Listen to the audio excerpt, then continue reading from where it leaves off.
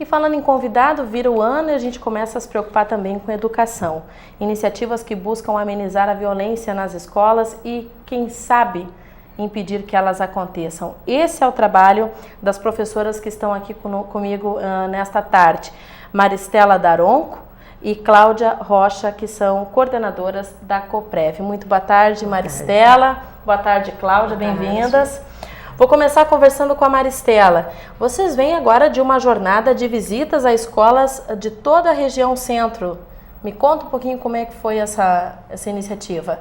O governo do estado, ao assumir o estado do Rio Grande do Sul, teve como plano principal o quê? A questão da violência infantil e adolescente nas escolas. Para isso se gerou um plano que é o COPREV, Comissão de Prevenção de Violência Escolar. Aí, pensando além de 4 anos e de uma medida preventiva, pensamos num plano de estado. Para isso se gerou uma lei estadual, onde se criou o CIPAVES, que é as redes internas de atendimento dos conflitos na escola, com representação de pais, de alunos, professores. Nós estamos com essa lei em vigor desde 2012. A partir daí, traçamos planos de ação devido aos índices de violência nas escolas. Aí, o que acontece? Essas visitas foi um plano geral em conjunto com as parcerias que nós temos, que é a Promotoria Pública, as SMED e as SMECs da região, Brigada Militar, Polícia Civil, Brigada Militar, Secretaria de Saúde de município e do estado, FAMURGS de todo o Rio Grande do Sul. A partir daí, depois de nós termos vencido a meta da rede interna nas escolas, nós passamos para a rede externa. Por quê? Porque é do conhecimento geral que o atendimento do aluno hoje, com a municipalização da saúde, passou para os municípios.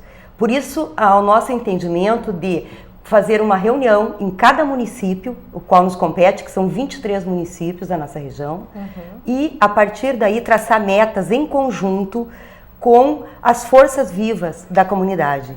Aí nós chamamos assim a associação de pais e toda a representatividade do município presente. Aí se discutiu o que se fazer em cada município. Por quê? Nós não podemos burocratizar ações a nível de redução de violência. Porque o que vale para uma sociedade, para uma comunidade, de repente não surte o efeito necessário em outra.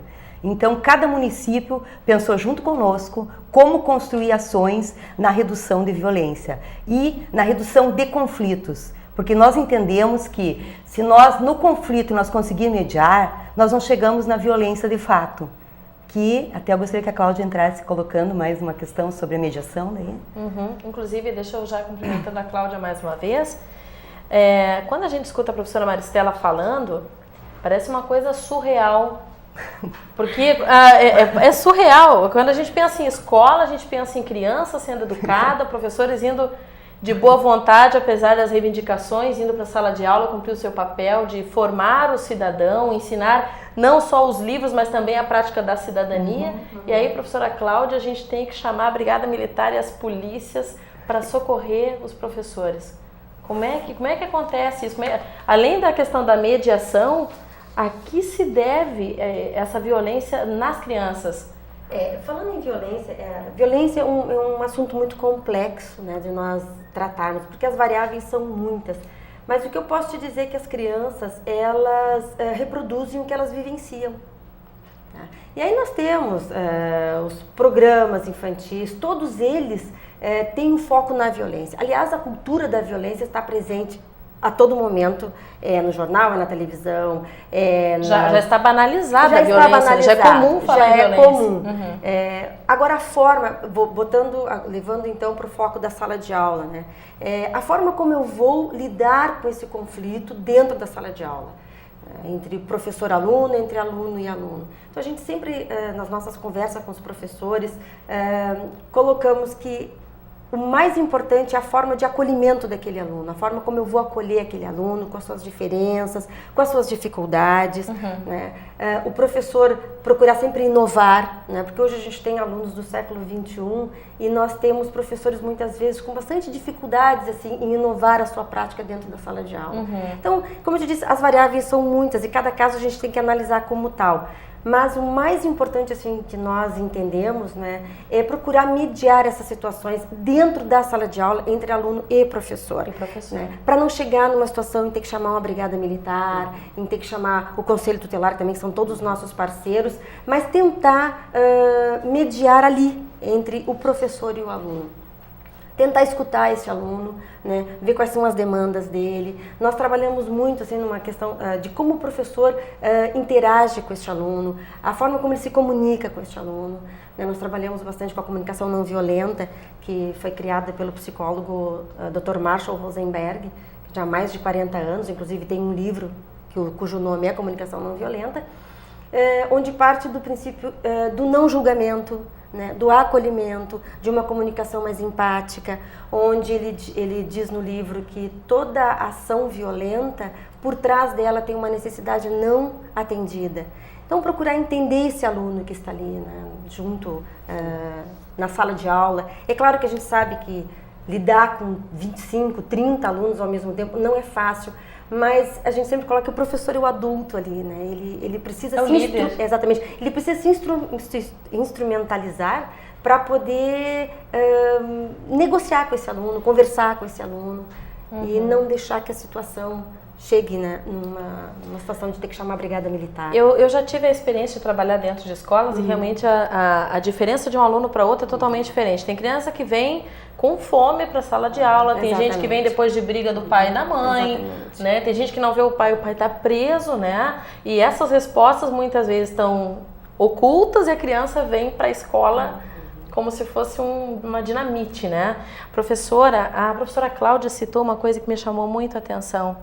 A programação infantil, os jogos, os filmes, as brincadeiras estão voltadas para a violência. Esse é o momento de chamar os pais mais uma vez? Nós entendemos assim que não existe educação escolar sem a participação dos pais. Então, o que nós precisamos hoje? Abrir a escola para a comunidade, trabalhar em conjunto e pensar em conjunto essa escola.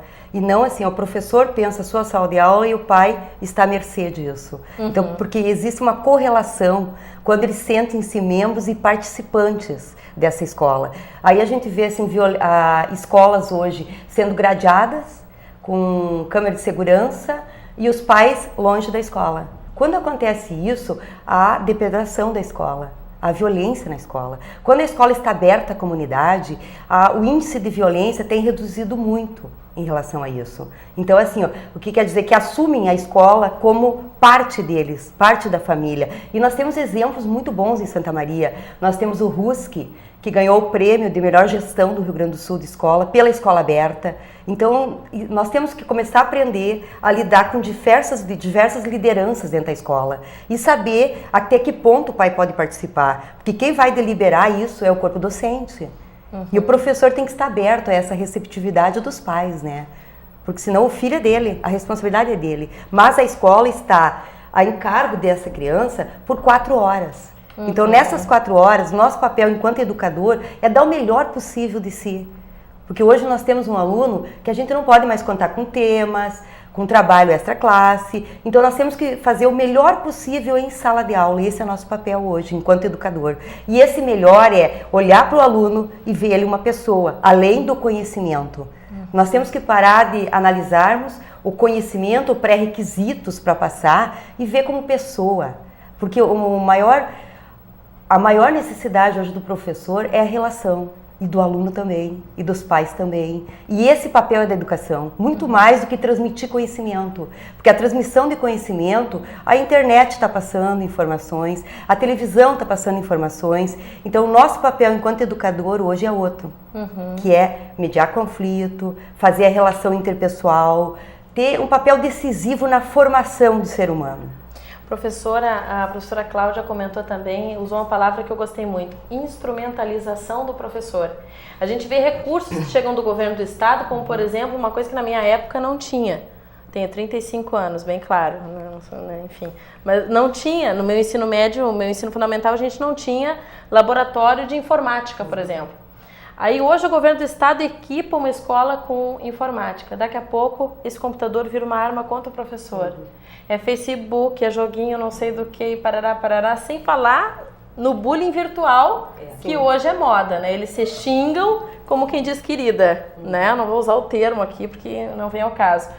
Como que o professor se instrumentaliza para mediar essa situação do melhor uso do equipamento e para ajudar já aquele aluno a entender que aquele xingamento que a coleguinha chamou é um xingamento e não deve ser aceito?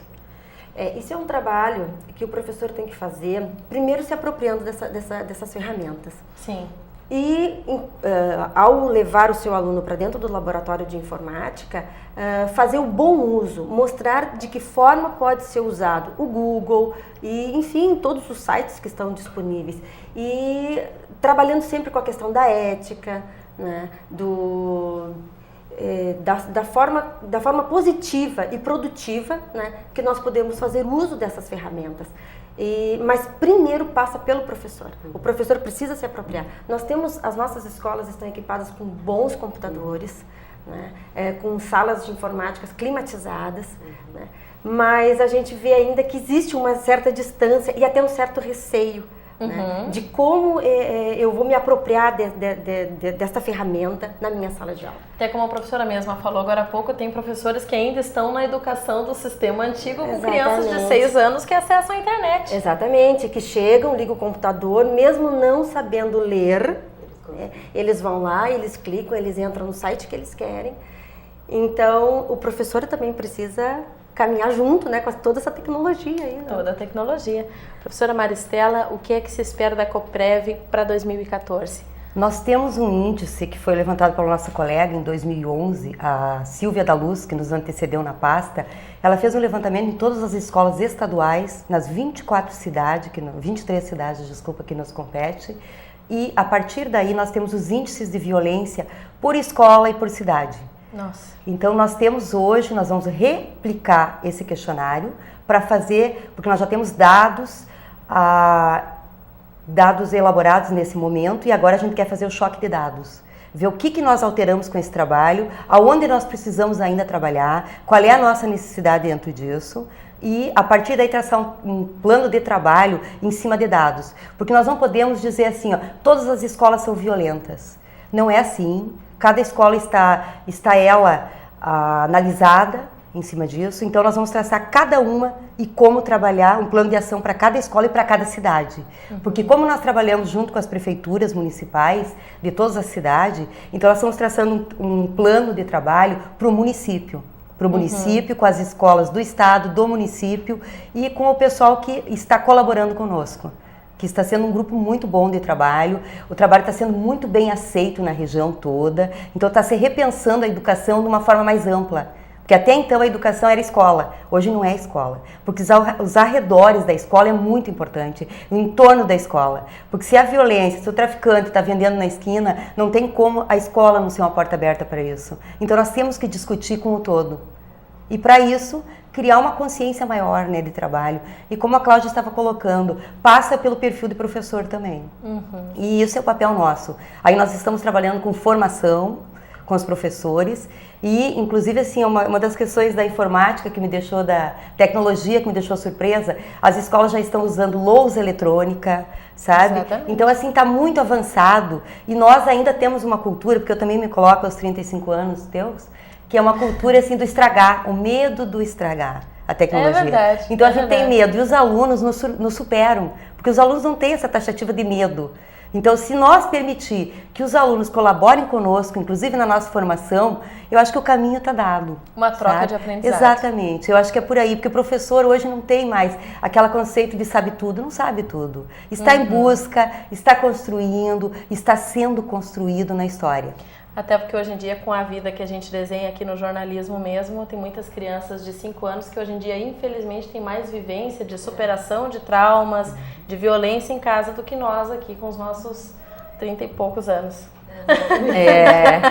15 anos. Professora Maristela, muito obrigada pela sua presença. Professora Cláudia, obrigada. À 8ª Coordenadoria Regional de Educação, especialmente a Luciane Moura e a Viviane, que fizeram esse meio de campo. Estamos aqui com a Coprev, que é a Comissão Permanente Comissão de Prevenção à Violência Escolar. Se é uma surpresa para você falar de violência escolar, para nós, então, além de ser surreal, infelizmente é um fato, é uma realidade que a gente vai ter que não só se acostumar, mas aderir e fazer com que isso pare.